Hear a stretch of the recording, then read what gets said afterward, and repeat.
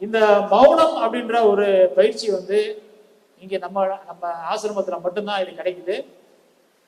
இது வந்து அவ்வளவு ஈஸியான ஒரு ஒரு உபதேசம் கிடையாது. இது இந்த உபதேசம் வாங்குறதுக்குன்னே ஒரு மிகப்பெரிய கொடுப்பனை இருந்தாதான் இந்த உபதேசத்தை நம்ம வாங்க முடியும். மௌன உபதேசத்தை எனக்கு மௌன உபதேசம் கொடுத்தது யார் தெரியுங்களா? சீனிவாசன் ஐயா தான் கொடுத்தாரு. எனக்கு சீனிவாசன் ஐயா தான் எனக்கு மௌன உபதேசம் கொடுத்தாரு. அப்ப மௌனம் வந்து அவரு கொடுத்த அந்த ஐயா கொடுத்தாரா இந்த ஐயா கொடுத்தாரெல்லாம் கிடையாது. யாரு கொடுத்தாலும் அது வேலை செய்யும். ஏன்னா அந்த அந்த நிலையில அவங்க இருக்கிறாங்க. ஐயா கொடுத்தாரு, முதல்ல மௌனம் கொடுத்தாரு, அவர் அந்த நிலையில இருந்து கொடுத்தாரு. அதுக்கப்புறம் சீனிவாச ஐயா கொடுத்தாரு, அவரும் நல்ல நிலையில இருந்து தான் கொடுத்தாரு. அது வேலை செஞ்சதாலதான் இப்படி உட்காந்து நான் பேசிக்கிட்டு இருக்கிறேன். அது வேலை செய்யலைன்னா பேச முடியுமா? பேச முடியாது. அப்ப வந்து இந்த கலை வந்து அவ்வளவு அற்புதமான கலை. மௌனக்கலையை பயில வேண்டும். இதுதான் ஆன்மீகம். அந்த மௌனத்துல என்னென்ன சூட்சமங்கள் இருக்கு, என்னென்ன விஷயங்கள் இருக்குன்றத நாம உள்ளார்ந்து அனுபவிக்க வேண்டும். அவை சொல்லும், அசபை அறிந்துள்ளே அழலல நோக்கில் இசையாது மண்ணில் பிறப்பு அப்படின்னு. அப்ப இந்த அசபையத்தான் அது வந்து மௌனம் சொல்லுது. அப்ப அதை அறியணும்னு சொல்லுது. அதை அறிந்து அழலல நோக்கில் அப்படிங்குது. அது வந்து அது ஒரு நெருப்பு மாதிரி. அது மௌனம் அப்படின்றது ஒரு நெருப்பு மாதிரி. அது அந்த நெருப்பை வந்து நாம வந்து எடுக்கணும். நெருப்புனா இந்த நெருப்பு இல்லை, நம்ம வெளியில பாக்குற நெருப்பு இல்லை. அது உள்ளுக்குள்ள ஒரு நெருப்பு இருக்கு. அந்த நெருப்பு எதுன்னா அது அந்த அது அக்னி கலையில போகும்போது தெரியும், எல்லாத்துக்குமே தெரியும். இடைகலை பிங்கலை சுழுமுனைன்னு சொல்றோம் இல்லையா? அப்ப அந்த சுழுமுனை தான் அக்னி கலைன்னு சொல்றது. அழலல நோக்கில்னா சுழுமுனைக்குள்ள போன்னு சொல்லுது. அப்ப அதுக்குள்ள போனாதான் நமக்கு இந்த விஷயம்லாம் நமக்கு புரிபட ஆரம்பிக்குது. இவர் சொல்லுவார், அருணகிரிநாதர் சொல்லுவார், மாமணி நூபுர சீத்தல தாழ்த்தனி வாழ்முற ஈவதும் ஒரு நாளே அப்படிங்கிறார். இதுவும் அதேதான். மாமணி நூபுர சீத்தல தாழ்த்தனி வாழ்புற ஈவதும் ஒரு நாளே. இது எந்த பாட்டுல வருதுன்னா, ஏவினை நேர்விழி மாதரை மேவிய ஏதனை மூடனை நெறிபேனா அப்படின்ற பாடல்ல இந்த வார்த்தை நடுவுல கொடுத்துருப்பார். மொத்த பாட்டையும் சொன்னோம்னா உங்களுக்கே போர் அடிச்சிடும். அதனால இந்த முக்கியமான விஷயம் இந்த வார்த்தையை மட்டும் நம்ம பார்ப்போம். இந்த மாமணி அப்படின்றது எது அப்படின்னா, இந்த மாமணின்றது நாதம். நாத உபதேசம் நம்மள்ட்ட இருக்கு. இந்த நாத உபதேசம் எங்கேயாவது கொடுக்குறாங்களான்னா அங்க எங்கேயும் நாத உபதேசம் கொடுக்க மாட்டாங்க. இந்த மாமணி நூபுர அப்படின்னா, இந்த நூபுரன்றது அது ஒரு ஓசை. இந்த நூபுரன்றது வந்து என்னன்னா, இந்த காலில் சலங்கை கட்டுறோம் இல்லையா, இந்த சலங்கையோடைய ஓசையை தான் நூபுரன்னு சொல்றது. அழகர் கோயில், மதுரை அழகர் கோயில் போயிருந்தீங்கன்னா பல பேருக்கு தெரிஞ்சிருக்கும். அங்க நூபுர கங்கைன்னு ஒண்ணு இருக்கும். அழகர் கோயில், அதாவது பழம்பதிரி சோலைக்கு கொஞ்சம் மேல கொஞ்சம் தூரம் போனோம்னா ஒரு அருவி ஒண்ணு இருக்கும். அதுக்கு பேரு நூபுர கங்கைன்னு பேரு. அந்த நூபுர கங்கையுடைய தன்மை என்னன்னா, அதுகிட்ட போகும்போது ஒரு சவுண்டு கேட்கும். சல சல் சல் சல் சல் சல் சல் சல் சல் சவுண்டு கேட்கும். அந்த சவுண்டு பாடத்துக்குள்ள வரும். நாதம் வாங்கினவங்களுக்கு பல பேருக்கு அந்த சவுண்டு வரும். அந்த சவுண்டை தான் வந்து அருணகிரிநாதர் நூபுர அப்படின்னு சொல்றாரு. மாமணி நூபுர சீத்தல தாழ்த்தனின்ற. சீத்தல தாழ்த்தனின்னா என்னன்னா, சீத்தலம் அப்படின்னா என்னன்னா, சீன நெருப்பு, தலம்னா இருக்கிற இடம்னு அர்த்தம். நெருப்புனா நெருப்பு தலம்னு அர்த்தம். அதாவது சீத்தலம்னா நெருப்பு தலம்னு அர்த்தம். இதை ரெண்டு வகையா பார்க்கலாம். நெருப்பு தலம்னா அவர் வந்து திருவண்ணாமலையில பாடின பாட்டு இது. திருவண்ணாமலை அக்னி ஸ்தலம், சரிங்களா? திருவண்ணாமலை அக்னி ஸ்தலம். அதையும் குறிக்கும், நமக்குள்ள இருக்கக்கூடிய சுழுமுனையும் குறிக்குது. சீத்தல தாழ்த்தனி வாழ்வுற ஈவதும் ஒரு நாள். அப்ப அந்த சீத்தலத்துக்குள்ள போகணும், அதுக்குள்ள நாம வாழணும். அப்படின்னா இதெல்லாம் எப்படி சாத்தியம் சொல்லுங்க பார்க்கலாம். இதெல்லாம் சாத்தியமா? எங்கேயாவது பக்தியில நடக்குமா இது? நீங்க எத்தனை முறை நீங்க வந்து கிரிவலம் போயிருந்தாலும், நல்லா எத்தனை தடவை கிரிவலம் போயிருப்பேன்னு எனக்கு கணக்கே தெரியல. பல வருஷங்களா ஒரே மாசத்துல 3 தடவை எல்லாம் போயிருவேன். இப்படி போய் சுத்தி ஒரு நாள் வந்து அமாவாசை அன்னைக்கு நைட்டு ஒரு இடத்துல உட்காரும் போது எனக்கு ஒரு குரல் கேட்குது, இனிமேல் இந்த பக்கம் நீ வந்தேன்னா உன்னை அடிச்சு கேட்டு ஓடுறா அப்படின்னு. இந்த குரல் எனக்கு கேட்டது, இனிமேல் நீங்க வரக்கூடாது, நீங்க சும்மா வந்து இங்கே சுத்திட்டு இருக்காங்க அப்படின்னு கேட்குது எனக்கு. நான் திருப்பி கேட்கிறேன், ஏன் வரக்கூடாது அப்படின்னு. வரக்கூடாதுன்னு வரக்கூடாது, எழுச்சி போயிடுறா அப்படின்னு. அதோட எழுச்சி வந்தா அதுக்கப்புறம் நான் திருவண்ணாமலை கிரிவலமே போனேன். அது வந்ததுக்கு அப்புறம் ஒரு 3 மாசத்துலேயே குரு கிடைச்சிட்டாரு எனக்கு. அப்ப அது ஏன் என்னை அங்க வரக்கூடாதுன்னு சொன்னது காரணம் எனக்கு இங்கே வந்து தெரிஞ்சிருச்சு, குருகிட்ட வந்து தெரிஞ்சது. அப்ப குரு படிப்படியா உபதேசம் கொடுத்துட்டு வரும்போது இந்த மௌனத்தை கொடுக்குறாரு. மௌனத்தை கொடுத்து அதுக்கு உண்டான சில விளக்கங்கள் எல்லாம் இப்படிதான் இருக்கணும், நாம வந்து வாழ்க்கையில வந்து இந்த மௌனத்தை நீ வாங்கிட்ட, மௌனன்றது வந்து ஒரு பயிற்சி கிடையாது, மௌனம் அப்படின்றது ஒரு வாழ்வியல். இது இந்த மௌனம் அப்படின்றத ஒரு வாழ்வியல் எப்படின்னா கொஞ்சம் இந்த பற்றுல இருந்து கொஞ்சம் விலகி நிற்கணும். பொண்டாட்டி பற்று, புள்ள பற்று, தொழில் பற்று, காசு பணம், இந்த மொழி பற்று, இந்த மதப்பற்று, இனப்பற்று, ஜாதி பற்று, எல்லா பற்றுல இருந்து வெளியில வந்துடணும். எவனா செத்து போயிட்டா கூட சரி பதறக்கூடாது, அதிர்ச்சி ஏறக்கூடாது, உடனே ஓடி ஐயோ செத்துட்டானா அப்படின்னு ஆகக்கூடாது, செத்துட்டானா ஓகே செத்துட்டான் அப்படின்னு ஆகணும். அதே மாதிரி சாப்பாடு முதல் கொண்டு இப்படிதான் சாப்பிடணும், எது கிடைக்குதோ அதை நம்ம அதாவது வாழ்வியல் முறைக்காக சொல்றாரு. எனக்கு சொல்லி கொடுத்ததை சொல்றேன் நான். ஒரு வாழ்வியல் முறையை நம்ம எப்படி புரிஞ்சுக்கிறது, அதாவது இதுக்கு முன்னாடி நமக்கு என்னன்னா ஒரு சாம்பார் உருளைக்கிழங்கு பொரிச்சு வச்சாங்கன்னா கூட ஒரு அப்பளம் பொரிச்சு வச்சாதான் சாப்பிடுவோம், அப்பளம் இல்லையா அப்படின்னு கேட்போம். இப்ப அதான் கேட்கக்கூடாதுன்னு பாரு, அதான் கேட்காது, என்ன வைக்கிறியா அது இருக்குதா சாப்பிடாது. இதுதான் வாழ்வியல். அதே மாதிரிதான் ஒரு விஷயமும் அதே மாதிரிதான். ஒரு வேலைக்கு போறியா, வேலை கிடைச்சதா வேலை செய், வேலை இல்லையா வீட்டுக்கு போயிரு, அது நடக்கும், தன்னால நடக்கும். வாழ்க்கை வந்து தன்னால நடக்கும். இதுக்கு இவ்வளவு வேலை செஞ்சேனே, இவ்வளவு காசு எனக்கு கிடைக்கலையே அப்படின்லாம் போராடாது. வேலை எதுவா செஞ்சுக்கிட்டே வா, அது நடக்கிறது நடக்கும், பாடமும் பண்ணிக்கிட்டே வா, அது உனக்கு வழிகாட்டும். இதுதான் வாழ்வியல். ஆனா இது பக்தியில நடக்குமான்னா பக்தியில நடக்காது. பக்தியில என்ன பண்ணுவோம், கோயிலுக்கு போவோம், சாமி கும்பிடுவோம், அந்த நேரம் மட்டும் அப்படியே பயபக்தியோட அப்படியே ஆக்டிங்லாம் போட்டு கையெல்லாம் மேலே தூக்கி பின்னால இருக்கிறவெல்லாம் மறைச்சு அவன் பின்னால இருக்கிறவன் திட்டுவான், கையா இருக்கியா எனக்கு சாமி தெரிய மாட்டேங்குது அப்படின்னு. என்னமோ முன்னால இருக்கிறவன் அருள் கொடுக்குற மாதிரி பின்னால இருக்கிறவன் அவர் ஏமாத்திடுறது மாதிரி. இவரு பார்த்தா மட்டும் இவருக்கு மட்டும் நான் தனியாக அருள் கிடைச்சிட போதா, அதுவும் கிடைக்க போறது இல்லை. ஏன்னா இதெல்லாம் நம்ம அனுபவப்பட்டிருக்கோம். கோயிலில் போய் நம்மளே வந்து திட்டிருக்கோம் பல பேரை, இப்படி நிற்கிறான் பாரு சாமியை படைச்சிக்கிட்டு அப்படின்னு. சாமியை யாராவது மறைக்க முடியுமா? ஆனா இங்க வந்ததுக்கு அப்புறம் தான் அந்த உண்மையெல்லாம் தெரியுது, சாமியை யாராலும் மறைக்க முடியாது. சாமியை மறைக்கிறதுக்கு எந்த சக்தியாலும் முடியாது. சாமியை மறைக்கிறதுக்கு முடியாது. ஆனா அதே சமயத்துல சாமியை உணர முடியும். சாமி எந்த காலத்திலையும் நம்மளை வந்து மறைச்சி வைக்கிற நம்மகிட்ட இருந்தது, நாம தான் அதுட்டு இருந்து விலகி நிற்கிறோம். அப்ப நம்ம அது கூட போய் சேரணும், அது கூட இணையணும். அந்த சாமி கூட நம்ம இணையணும்னா அதுக்கு ஒரு முறையா ஒரு குரு வேணும். அந்த குரு உண்மை குருவா இருக்கணும், அந்த குரு சத்தியத்தை உணர்ந்த குருவா இருக்கணும், அந்த குரு இறைவனை அனுபவிச்ச குருவா இருக்கணும். இங்க வந்து இறை வழிபாடெல்லாம் கிடையாது. இறை வழிபாடுன்னா நம்ம கோயிலுக்கு போய் கையெடுத்து கும்பிடுறோம் பாத்தீங்களா, அதுதான் இறை வழிபாடு.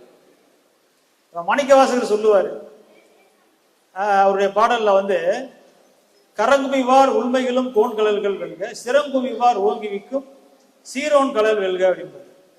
இப்ப கரம் குவிற ஒரு நிலை பாடு ஒன்று உண்டு. கரம் குவிவார் உண்மைகளும் கோண்கடல்கள் வெல்கன்றாரு. இப்ப கரத்தை குவிச்சு சாமி கும்பிடுற ஒரு தன்மைய அவர் வந்து இது பண்ணல, அதாவது அது வந்து தப்பா பேசல. ஆனா அவனுக்குள்ளேயும் கடவுள் இருக்குது, ஆனா அதை உணராம கடவுள் வேற நான் வேற நினைச்சிட்டு கூப்பிட்டு இருக்கிறான். இருந்தாலும் பரவாயில்ல, அவனுடைய கோண்கடல்கள் வெல்க அப்படின்ற பரவாயில்ல அப்படின்னு. அதுக்கப்புறம் அடுத்த வார்த்தை ஒன்று வைக்கிறாரு, சிரம் குவிவார் ஓங்குவிக்கும் சீரோன் கடல் வெல்க அப்படின்ற. இது என்னங்க சிரத்தை எப்படிங்க குவிக்கிறது? 2 சிரமா இருக்கு, 2 சிரம்னா தலைன்னு அர்த்தம். அப்ப 2 தலையா இருக்கு, நமக்கு 2 தலையா இருந்தா 2 தலையை ஒன்னா வச்சு கும்பிடலாம். இங்க இருக்கிறது ஒரு தலை தானே, அந்த தலையை எப்படி குவிக்கிறது அப்படின்னா அதுதான் வழிபாடு. அப்ப அந்த சிரத்தை குவிக்கிறது எப்படின்னா அதுதான் குருமுகமா வந்து இந்த சிரத்துக்குள்ள இருக்கக்கூடிய அந்த புருவமயத்துக்குள்ள இருக்கக்கூடிய நம்மளுடைய ஆன்மாவும் நம்மளுடைய மூலாதாரத்தில் இருக்கக்கூடிய அந்த குண்டலி சக்தியையும் இணைக்கும் அந்த ஒரு பாலமாக நமக்கு இந்த பயிற்சி கொடுக்கப்படுகிறது. இந்த பயிற்சியில தான் அந்த 2ஐயும் இணைக்க முடியும். அப்ப இந்த 2ஐயும் இணைச்சாதான் சிரம் குவிக்க முடியும். அப்ப அதுக்குள்ள நமக்குள்ள என்ன நடக்குது, உள் அனுபவம் என்னென்னலாம் நடக்குது, அதுக்குள்ள என்ன மாதிரியான நமக்கு இறை காட்சிகள்லாம் தோன்றுது. அப்படி இறை காட்சி தோணும் போது நம்ம அதை கும்பிட்டு இருக்க முடியுமா? நான் கும்பிட்டு இருக்க முடியாது. ஏன்னா நாம அங்க அது இறை காட்சி தோணும் போது அது அது கூட நாம ஒண்ணுமே இல்லாம ஆயிடுவாங்க. நாமளே அங்க இருக்க மாட்டோம். நம்மளே இல்லாத போது நம்ம எந்த கையை காலை வச்சு கும்பிட முடியுங்க? அப்ப கையை வச்சு எடுத்து வணங்குறது ஒரு ஒரு எப்படின்னா அது ஒரு நாடகம் தான். அது ஒரு பக்தி தான் அது. அப்ப இங்க யோகத்துக்குள்ள மட்டும்தான் இந்த கிரிவலத்தை சொல்லிக் கொடுக்க முடியும். இந்த சிரத்தை குவிக்கிற ஒரு ஆற்றலையும் இங்க சொல்லிக் கொடுக்க முடியும். அப்ப இதை சொல்லிக் கொடுக்கறதுக்குன்னு ஒரு நல்ல குருவை தேர்ந்தெடுக்கிறது மட்டும் போதாது.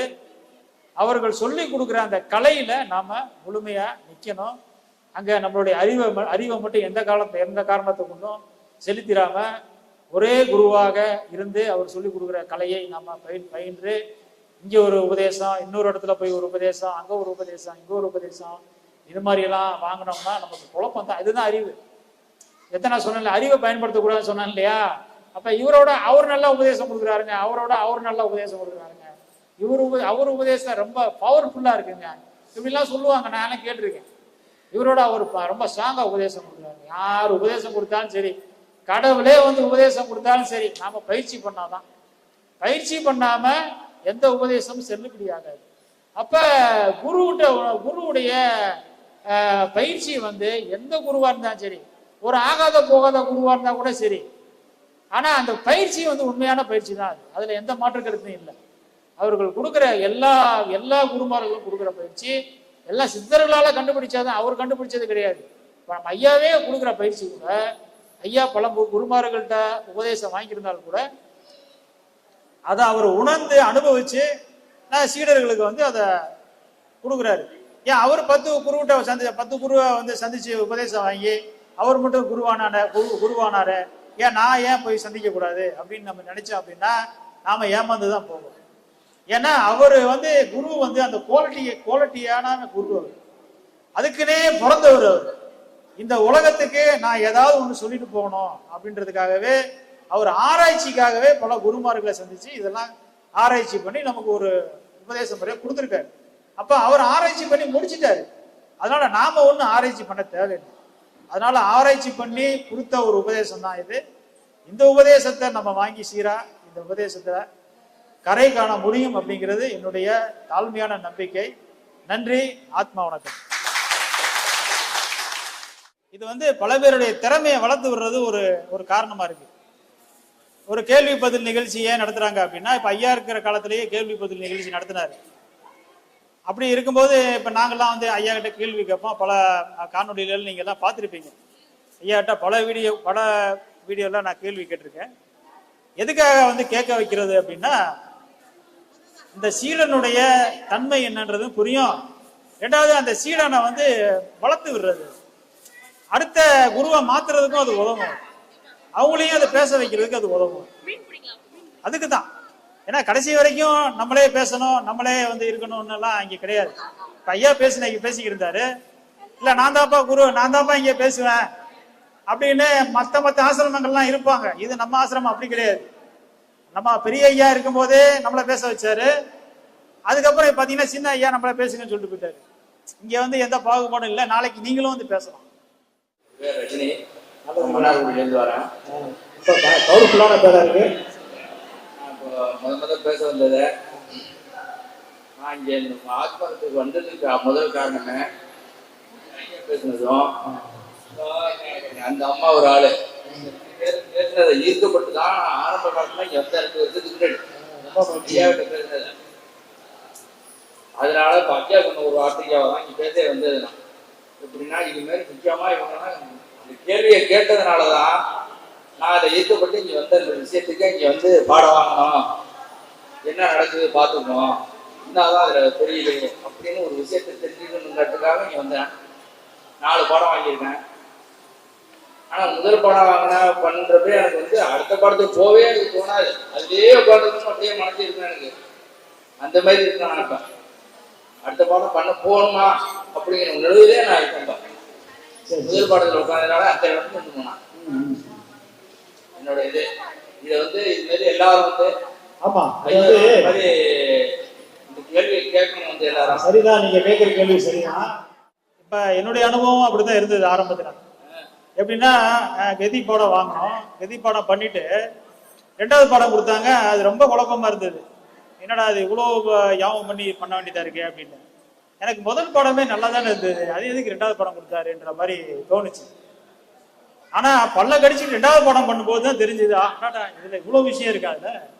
ஒருவேளை நம்ம இதை பண்ணாம இருந்தோம்னா என்ன இருக்கிறது. ஏன்னா ஞானம் அப்படின்றது வந்து பாத்தீங்கன்னா நீண்ட தூர பயணம் கிடையாது. ஞானம்ன்றது வந்து ஏதோ பக்கத்து வீட்டுல இருக்கின்ற மாதிரி இல்லை. இறை அனுபவம், இறை தேடல் அப்படின்றது ரொம்ப தூர பயணம் அது. அப்ப அந்த ரொம்ப தூர பயணத்துக்கு இது 2 விதமான காரணம். ஒரு காரணம் என்னன்னா, உபதேசங்கள் பல கொடுக்கறதுக்கு காரணம் என்னன்னா, ஒரே உபதேசங்கள் கொடுத்து நீங்க காலத்துக்கு அதே பண்ணுங்க அப்படின்னா உங்களுக்கு ஒரு சலிப்பு தன்மை வந்துடும். ஒரு காலகட்டத்துக்கு அப்புறம் ஒரு சலிப்பு தன்மை வரும். இப்ப ஔவையார் சொல்லுது இல்லையா, எனக்கு சலிப்பு இல்லாத ஒரு உபதேசத்தை கொடு அப்படின்னு ஒரு அகவல்ல சொல்லுவாங்க. அப்ப உவட்டா உபதேசம் உவட்டி என் செவியில், உவட்டா உபதேசம் உவட்டி என் செவியில் தெவிட்டாத ஞானம் தெளிவையும் காட்டி அப்படின்னு அகவல்ல ஔவையார் சொல்லுது. அப்ப உபதேசம் உவட்டாத உபதேசம் கொடுன்னு கேக்குது. அப்ப உபதேசம் ஓட்டுமா அப்படின்னா, ஆனா ஆமா ஓட்டிடுறேன். யாருக்கு ஓட்டிடுறேன்? யாருக்கு ஓட்டுறேன்? இன்ட்ரெஸ்ட் இல்லாத உங்களுக்கு ஓட்டிடுறேன். சலிப்பு தெரியல, சொன்னதே சொல்லிட்டு இருக்கிறான் பாடுறான்ற மாதிரி இருக்கு. ஏன்னா டெய்லி காலையில் இருந்துச்சு இதே வேலையா, மூச்சு விட்டுட்டே இருக்கிறது வேலையா அப்படின்னு. அப்ப அவங்களுக்கு போர் அடிக்காம இருக்கிறது தான் அடுத்த ஒரு உபதேசமே போதும் தான். ஒரு ஒரு ஒரு குரு வந்து ஒரு சீடனுக்கு உபதேசிக்கிறாருன்னா ஒரு உபதேசம் தான், 10 உபதேசம் தான் கிடையாது. ஆனா காலச்சூழலுக்கு, ஏன்னா ஆதியில வந்து ஒரே உபதேசம் தான் கொடுப்பாங்க. சும்மா இரு, முருகப்பெருமான் சொன்னார் இல்லையா, சும்மா இரு சொல்லறேன்னு. அவர் என்ன இதே மாதிரி கதி ஆதாரம் அக்கு ஜோதி நாதெல்லாம் கொடுத்து நான் உட்காந்துருந்தாரு? இல்ல இல்ல. தாய்மான சாமிகள் அதே மாதிரிதான். அவர் ஒரு குருவை தேடி பின்னால போய்கிட்டே இருந்தாரு பல நாட்களா. அந்த குரு அடிச்சு துரத்திடுவார். அப்பெல்லாம் ரொம்ப ஃபில்டர் பண்ணி தான் உபதேசம் கொடுப்பாங்க. சும்மா அதை இப்ப நம்ம வந்த உடனே உபதேசம் கொடுத்துறாங்களா அப்படிலாம் கொடுக்க மாட்டாங்க. அப்பெல்லாம் ரொம்ப ஃபில்டர் பண்ணுவாங்க. அதாவது தாய் மனசாமியே ஃபில்டர் பண்ணிருக்காரு ஒருத்தர். அவர் அப்ப எப்படி ஃபில்டர் பண்ணிருக்காங்கன்னு பார்க்கணும், யோசிச்சு பார்க்கணும். அவ்வளவு ஈஸியாலாம் அவர் கொடுத்துருந்தோம். இவரு பின்னாலேயே தெரிஞ்சு ஒரு நாள் வந்து ஒரு மலை அடிவாரத்துல அந்த மௌனகுரு பேச மாட்டாரு. அவர்கிட்ட பின்னாடியே போயிட்டு இருக்காரு. அவர் திரும்பி பார்த்துருக்காரு. அப்பதான் திரும்பி பார்த்து என்ன அப்படின்னு அப்படி மண்டையை ஆட்டினாராம். உபதேசங்க அப்படின்னு ஒரே வார்த்தை, சும்மா இரு, அவ்வளவுதான். சாஸ்தாங்கமா விழுந்துட்டான். அதுதான் உபதேசம் அப்படின்னு. இது மாதிரி ஒரே ஒரு வார்த்தை தான், ஒரு சொல்லுதான் சொல்லுவாங்க. இதுதான் உபதேசமா இருந்தது. ஆனா இன்னைக்கு நம்ம காலச்சூழல் மாறி இந்த மனிதர்கள் வந்து ரொம்ப மந்தமானதுனால இந்த மனிதர்களுக்கு ஒரு உபதேசம் கொடுத்தவங்களெல்லாம் தேத்த முடியாது. அதனால ஒரு 10-15 உபதேசத்தை மொத்தமா வச்சுக்கலாம். அப்பப்ப கேப்பிட்டு கொடுத்தோம்னா அவனை அதுலயே நிக்க வைக்க முடியும் அப்படின்னு. ஆனா ஒரு உபதேசமும் ஒவ்வொரு அனுபவத்தை கொடுக்கும். இதுதான் இதுல இருக்கிற ஒரு அதிசயம். அது நீங்க கதி பண்ணும்போது ஒரு நிலை உங்களுக்கு தெரியும். மனம் வந்து அலைபாயிறது உங்களால கணிக்க முடியும். மனம் வந்து ஒரு நிலையில நிக்காது. அப்படிதானே நினைச்சா மனம் நிக்காது. மனம் நிக்கலையே, அலைபாய்ச்சிக்கிட்டே இருக்கு அப்படின்னா அதை கண்டுபிடிச்சிட்டீங்கல்ல.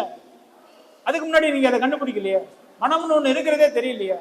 அப்ப அந்த கதி பயிற்சியில மனம்னு ஒண்ணு இருக்குது, அதை நம்மளால நிக்க வைக்க முடியல, அந்த அலைபாய்ச்சிக்கிட்டே இருக்குது. அப்ப இதை நிக்க வைக்கிறதுக்கு என்ன வழி அப்படின்னு நீங்க ஆராய்ச்சி பண்ண ஆரம்பிச்சிருக்கீங்க. அப்படி ஆராய்ச்சி பண்ணி என்னடா பண்றதுக்குள்ள ஒரு 3 மாசம் ஓடிடும்.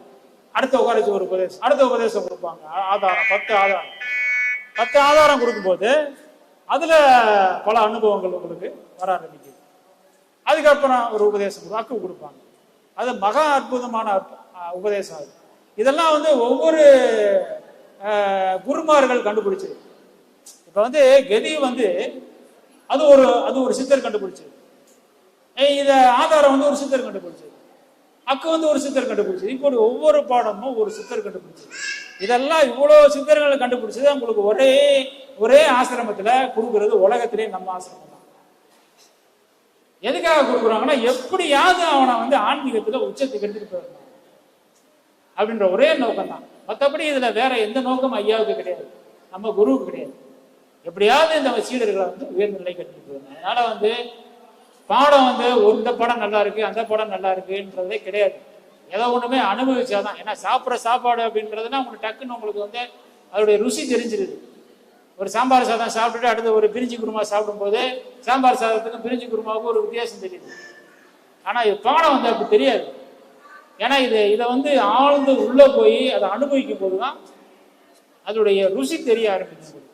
அப்ப கொஞ்சம் பொறுமையா இருந்து அதையும் செஞ்சு பாருங்க, அதையும் வெறுப்பாகாம செஞ்சு பாருங்க. அதுதான் ஆராய்ச்சி பண்ணக்கூடாது. இது சரியில்லையே அது சரியில்லைன்ற அந்த அந்த எண்ணத்துக்கே போகக்கூடாது. குரு கொடுத்துட்டாரு, குரு சொல்லி கொடுத்துட்டாரு, நான் அதை செய்யறேன், அவ்வளவுதான். அது அப்படியே போகும். கண்டிப்பா உங்களுக்கு இந்த 2வது பாடம் மிகப்பெரிய ருசியை ஏற்படுத்திடுவாங்க. நாங்கெல்லாம் இந்த பழைய சீடர்கள்லாம் பேசும்போது இந்த 2வது பாடத்தை பத்தி ரொம்ப சிறப்பா பேசுவோம். நாங்கள் அற்புதமான பாடங்கள் அது. என்ன மாதிரி பாடம் இது, எவ்வளவு விஷயம் அதுக்குள்ள நமக்கு வந்து புரிய ஆரம்பிக்குது அப்படின்னு. அதனால வந்து இந்த 2வது பாடம்ன்றது ரொம்ப அற்புதமான பாடம். அது பண்ணுங்க.